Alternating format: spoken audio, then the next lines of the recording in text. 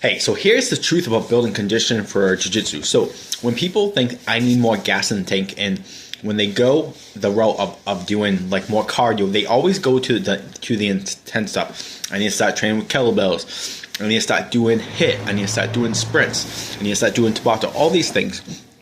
And the truth is, those things can be part of the plan, but they are really overrated, overused, and overutilized. I'm going to tell you what actually works.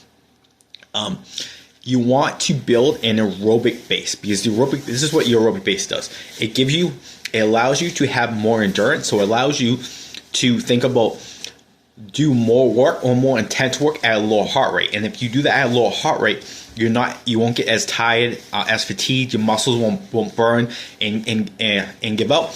Another thing that building the aerobic base does, it helps you recover faster.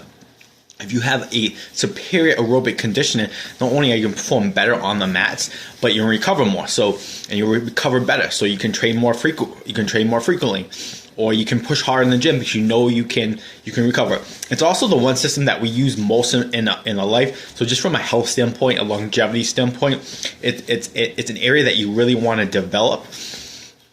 And really simply, you develop it by keeping your heart rate in the zone 2, which is usually about 120 to 150 beats per minute, and you keep it there for about 20 or 40 minutes. And when you're trying to develop that, you might do that 1 to 3 times a week. You can do that with really anything, but what they show is that you'll get more results if you do more cyclical exercises. So things like bike, light jogging, ellipticals, rows, that sort of thing. And that is going to be your biggest upside here. What I often say here, and this is really important, is if you test your morning heart rate and it's in the high 60s or 70s, your aerobic system is in really rough shape, and you should really prioritize trying to develop your aerobic system through those aerobic workouts I just described.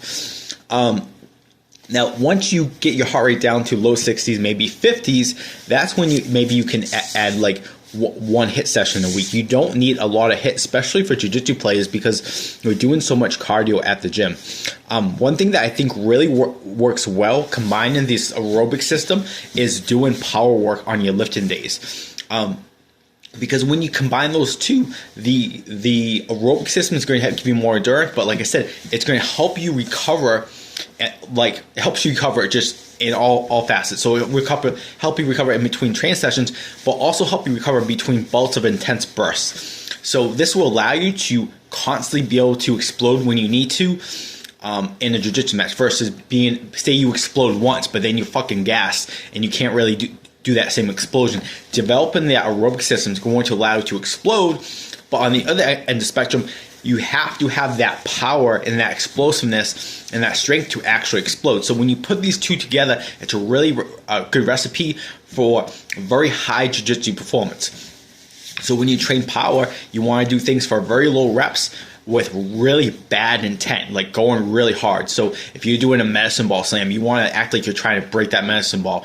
If you're doing like a jump squat, you're trying to jump through the roof. If you're doing a swing, you're trying to explode through those hips. And doing low reps with longer rests for a higher set. So oftentimes, maybe you do 5 to 6 sets of box jumps for 3 reps, or 5 to 6 sets of rotation medicine ball slams for 3 reps. Stuff like that. When you combine these two, you're going to be a really explosive and have a really large gas tank as a BJJ athlete.